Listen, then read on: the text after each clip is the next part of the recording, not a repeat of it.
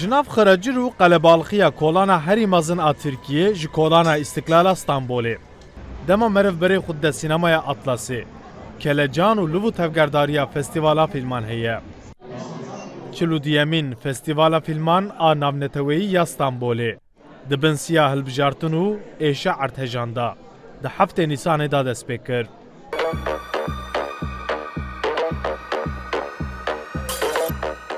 Di çarçoveya festîvalê da 134 fîlmên metraj dirêj û 29 kurtefîlm di maweya 12 rojan da ji bo sînema hezan tên nîşandan.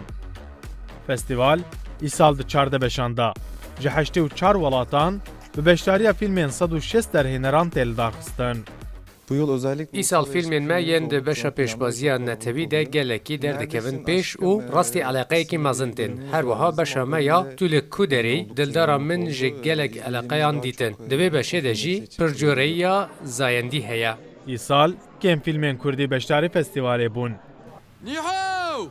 Bîna! Fîlmekî metraj dirêj, belge fîlmekî û du kurtefîlmên derhênerên Kurd di festîvalê da cî girtin. û her çar jî di pêşbaziyên cuda da dikevin rêkberiyê. Tê biçî ku? Kurtefîlma navnîşan ê derhênerê ciwan Aram Dildar ku li hem festîvalên Tirkiye û navnetewî hêjayî xelatê hatibû dîtin jî derket pêşberî sînema hezan. Ev carê Kemal İstanbulê ve nîşandan wekî premiera İstanbulê ye.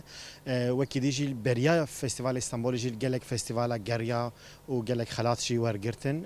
Ev film behsa guhertina navên gundê Kurda ku wergerandina bo Tirkî behsa wan dike bi awayekî wekî trajikomîk em çîrokê vedibêjin.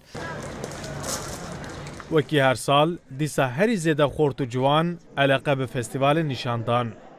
Şöyle bir şey var normalde. Birastî ji ber ku tîkêt bihane ez ê de nikarim tevlî çalakiyên wiha bibim. Lê divê festîvalê de ji bo xwendekaran erzanî heye. Ez çalakiyên wiha çandî pir giring dibînim. 23 yıldır gidiyorum.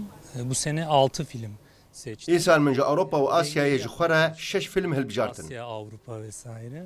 Merhaba, hoş geldiniz. Ji xeynî nîşandana fîlman gotbêj û çalakiyên bi beşdariya derhêner, lîstikvan û ekîbên fîlman jî tesas kirin.